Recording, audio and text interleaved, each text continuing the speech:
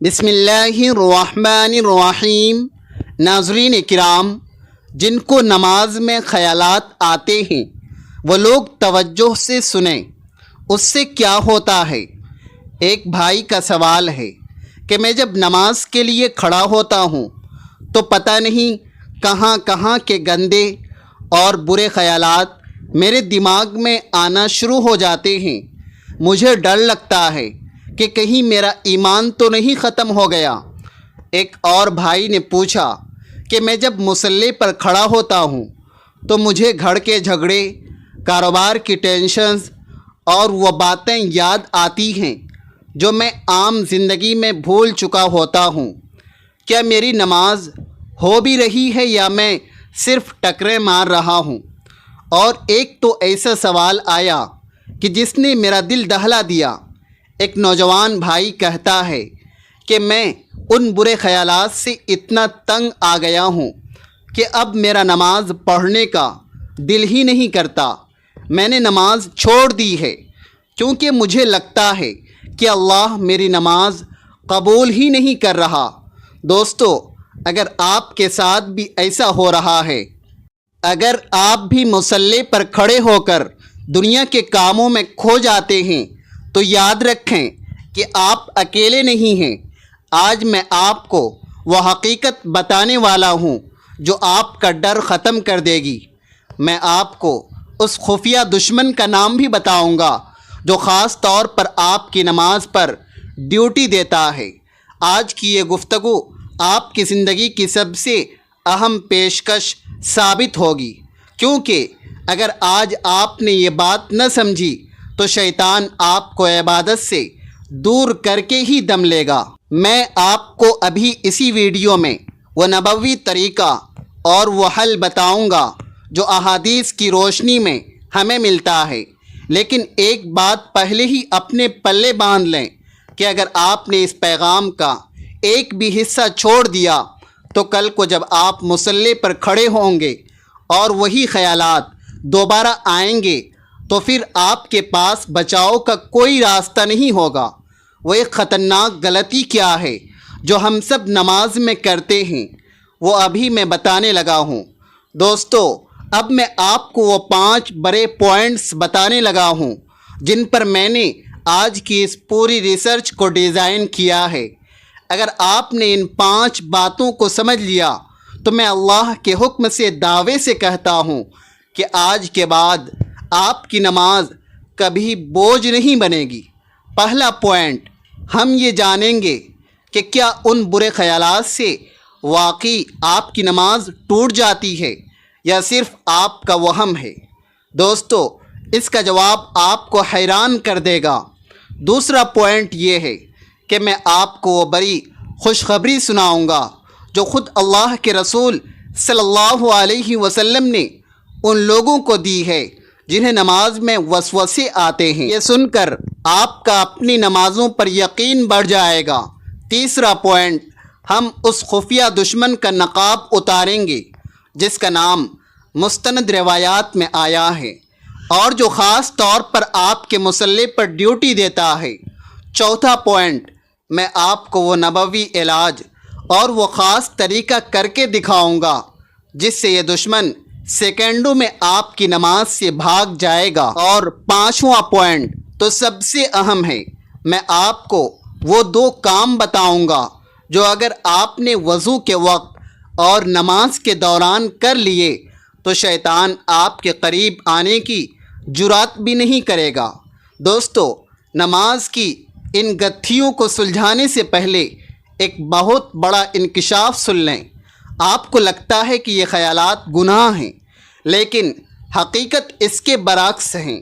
جب آپ مصلی پر کھڑے ہوتے ہیں تو شیطان آپ کے دماغ میں وسوسہ ڈالتا ہے کہ دیکھ تو کتنا گنہگار ہے، مصلی پر کھڑا ہے اور سوچ کیا رہا ہے، تیری تو نماز ہی نہیں ہوئی، تو منافق ہے۔ اور جانتے ہیں کیا ہوتا ہے؟ جب ایک بھائی بار بار یہ سوچتا ہے تو مایوس ہو کر مصلی سے اٹھ جاتا ہے اور آہستہ آہستہ نماز ہی چھوڑ دیتا ہے۔ دوستو، کان کھول کر سن لیں، یہ بات میں آپ کو پورے دعوے سے کہہ رہا ہوں، محض خیال آنے سے نماز نہیں ٹوٹتی جب تک آپ اپنی زبان سے کوئی دنیاوی بات نہ نکالیں یا آپ کا وضو نہ ٹوٹے، آپ کی نماز قائم ہے۔ یہاں ایک بہت باریک نقطہ ہے جو 99% لوگ نہیں جانتے۔ اگر آپ نے اس نقطے کو نہ سمجھا تو آپ کی نماز بے شک ٹوٹے گی تو نہیں، لیکن وہ اللہ کے ہاں مقبول بھی نہیں ہوگی۔ وہ کیا چیز ہے جو نماز کو ٹوٹنے سے تو بچا لیتی ہے لیکن اسے بے جان کر دیتی ہے؟ یہ وہ راز ہے جو میں آپ کو ابھی تھوڑی دیر میں بتاؤں گا، کیونکہ اگر میں نے یہ ابھی بتا دیا تو آپ اس خفیہ دشمن کی چال نہیں سمجھ پائیں گے۔ میرے دوستو، نماز میں خیالات دو طرح کے ہوتے ہیں، ایک وہ جو آپ خود لاتے ہیں جیسے کاروبار کا حساب کرنا، اور ایک وہ جو بن بلائے مہمان کی طرح آ جاتے ہیں۔ شیطان اتنا مکار ہے کہ وہ آپ کو نماز میں وہ باتیں یاد دلائے گا جو آپ کو سارا دن یاد نہیں آتی تھی۔ آپ کو وہ حساب یاد آئے گا جو مہینوں سے الجھا ہوا تھا، یہاں تک کہ وہ آپ کو آپ کے دشمن کی وہ بات یاد دلائے گا جس پر آپ کو غصہ آئے۔ جانتے ہیں وہ ایسا کیوں کرتا ہے؟ کیونکہ اسے پتہ ہے کہ اگر اس نے آپ کا رخ اللہ سے پھیر کر دنیا کی طرف کر دیا تو آپ کی نماز صرف ایک جسمانی ورزش بن کر رہ جائے گی۔ میں آپ کو ایک ایسی مثال دیتا ہوں جو آپ نے پہلے کبھی نہیں سنی ہوگی۔ دوستو، فرض کریں آپ کسی بادشاہ کے سامنے کھڑے ہوں اور آپ کا جسم تو وہاں ہو لیکن آپ کی نظریں کہیں اور ہوں اور آپ دماغ میں کسی اور کی باتیں سوچ رہے ہوں، تو کیا وہ بادشاہ آپ کو انعام دے گا؟ ہرگز نہیں۔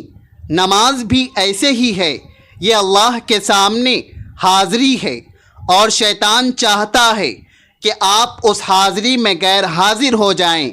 اب آپ سوچ رہے ہوں گے کہ اگر نماز نہیں توڑتی تو پھر ہم اس عذاب سے بچیں کیسے؟ تو میرے پیارے دوستو، اب میں آپ کو وہ بڑی خوشخبری سنانے والا ہوں جو آپ صلی اللہ علیہ وسلم نے ان لوگوں کو دی ہے جنہیں نماز میں برے خیالات آتے ہیں۔ آج اسے 1400 سال پہلے صحابہ کرام رضی اللہ عنہم بھی اسی پریشانی میں مبتلا تھے۔ وہ اتنے ڈرے ہوئے تھے کہ حضور صلی اللہ علیہ وسلم کی بارگاہ میں حاضر ہو گئے اور عرض کی، یا رسول اللہ، ہمارے دلوں میں ایسے ایسے برے اور گندے خیالات آتے ہیں کہ ہمارا دل چاہتا ہے کہ ہم جلتے ہوئے کوئلوں پر لیٹ جائیں، لیکن وہ گندی بات زبان پر نہ لائیں۔ آپ صلی اللہ علیہ وسلم نے فرمایا، یہی تو پکا اور سچا ایمان ہے۔ اس کی مثال ایسی ہے کہ ایک چور کہاں چوری کرنے جاتا ہے؟ جہاں مال ہوتا ہے۔ آپ کا یہ جو دل ہے نا، یہ وہ گھر ہے جس میں ایمان کا خزانہ چھپا ہوا ہے۔ شیطان وہ چور ہے جو آپ کے اس گھر پر ڈاکہ ڈالنے آتا ہے۔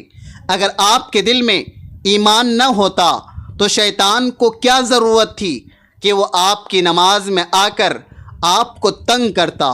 وہ آپ کو اس لیے تنگ کر رہا ہے کیونکہ آپ کے پاس ایمان کا سونا موجود ہے۔ اب وقت آ گیا ہے اس نقاب پوش دشمن کا چہرہ بے نقاب کرنے کا جس کا نام خنزب ہے۔ یہ وہ شیطان ہے جس کا کام صرف اور صرف نمازیوں کو مصلی سے بھگانا ہے۔ خنزب کی پہلی چال یہ ہے کہ وہ آپ کو گم شدہ چیزیں یاد دلاتا ہے۔ دوسری چال یہ ہے کہ وہ آپ کو پچھلے جھگڑے اور مائکے یا سسرال کی وہ باتیں یاد دلاتا ہے جو آپ کے گھر میں ادھم مچاتی ہے۔ یہ سب سے خطرناک چال ہے کیونکہ یہ نہ صرف نماز خراب کرتی ہے بلکہ ہنستے بستے گھروں میں آگ لگا دیتی ہے۔ وہ آپ کو نماز کی رکعتیں بھلا دیتا ہے تاکہ آپ کو اپنی نماز پر شک ہو جائے۔ اس کا علاج خود اللہ کے رسول صلی اللہ علیہ وسلم نے بتایا ہے۔ آپ نے فرمایا جب تمہیں اس کا احساس ہو تو اعوذ باللہ پڑھو اور اپنی بائیں طرف 3 مرتبہ تھتکار دو۔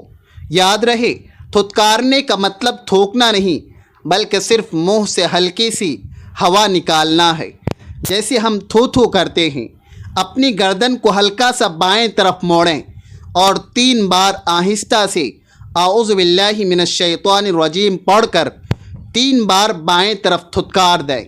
وہ خنزب وہاں سے ایسے بھاگے گا جیسے کسی نے اس پر آگ کا گولا پھینک دیا ہو۔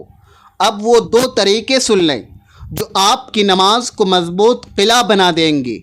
پہلی بات، وضو ٹھیک سے کریں۔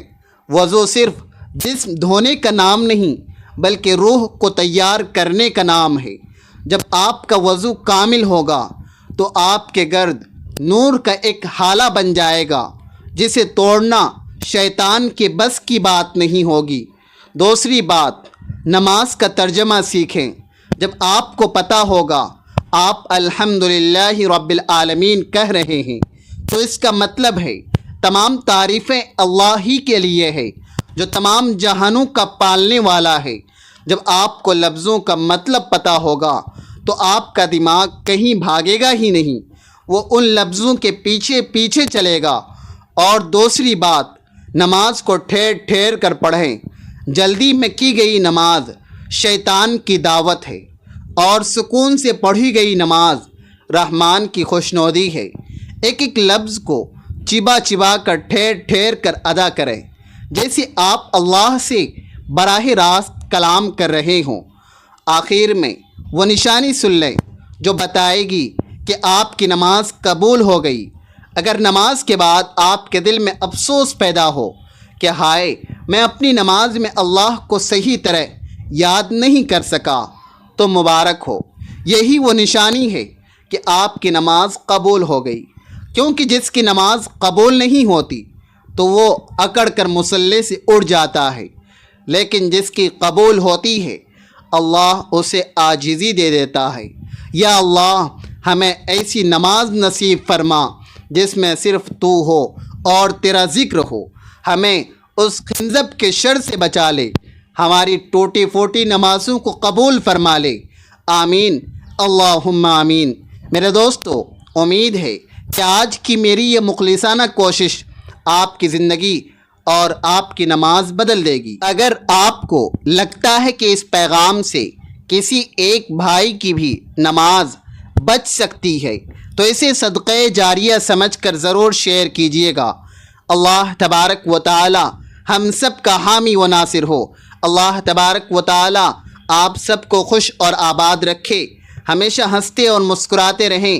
ملتے ہیں انشاءاللہ ایک اور نئے موضوع کے ساتھ، تب تک کے لیے اپنا بہت سارا خیال رکھیے گا اور اپنے بھائی کو بھی اپنی خصوصی دعاؤں اور اپنے دل کے کسی کونے میں ضرور یاد رکھیے گا۔